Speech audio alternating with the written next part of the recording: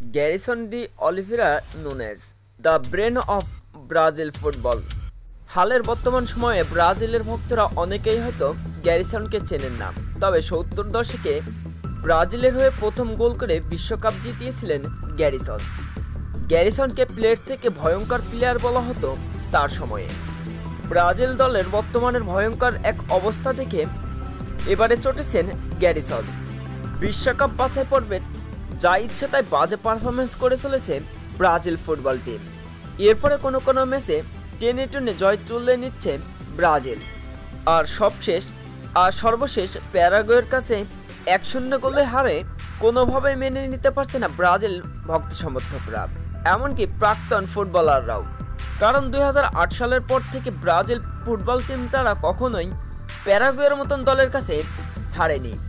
বর্তমানে এই দলটি নিয়ে কড়া সমালোচনা করেছেন গ্যারিসন। রাগ আর ক্ষোভে ক্যামেরার সামনেই ব্রাজিলের স্কোয়াডের সেই কাগজটি ছিঁড়ে ডাস্টবিনে ফেলে দিয়েছেন গ্যারিসন। তিনি জানিয়েছেন এই দলটির কাছে আর কোনো আশাই রাখবেন না।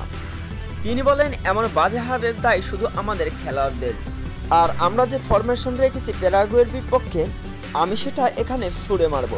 আমি এই দলটাকে পরোয়াই করি না। এছাড়াও ব্রাজিলিয়ান গণমাধ্যম বলছে, দক্ষিণ আমেরিকার বাছাই পর্বে ব্রাজিলের এটা সবচেয়ে বাজে দল। এর আগে কখনো বিশ্বকাপের বাছাই পর্বে শুরুর ৮ ম্যাচে এমন বিধ্বস্ত হয়নি ব্রাজিল ফুটবল টিম। সর্বশেষ বিশ্বকাপের বাছাই পর্বে এমন বাজে অবস্থা ছিল ২০১০ সালে। সেইবারে ৮ ম্যাচে মাত্র ১৩ পয়েন্ট ছিল ব্রাজিলের। তবে এবারের বিশ্বকাপের বাছাই পর্বে ব্রাজিল ফুটবল টিমের মাত্র ১০ পয়েন্ট নিয়েই ৮টি ম্যাচ শেষ করে।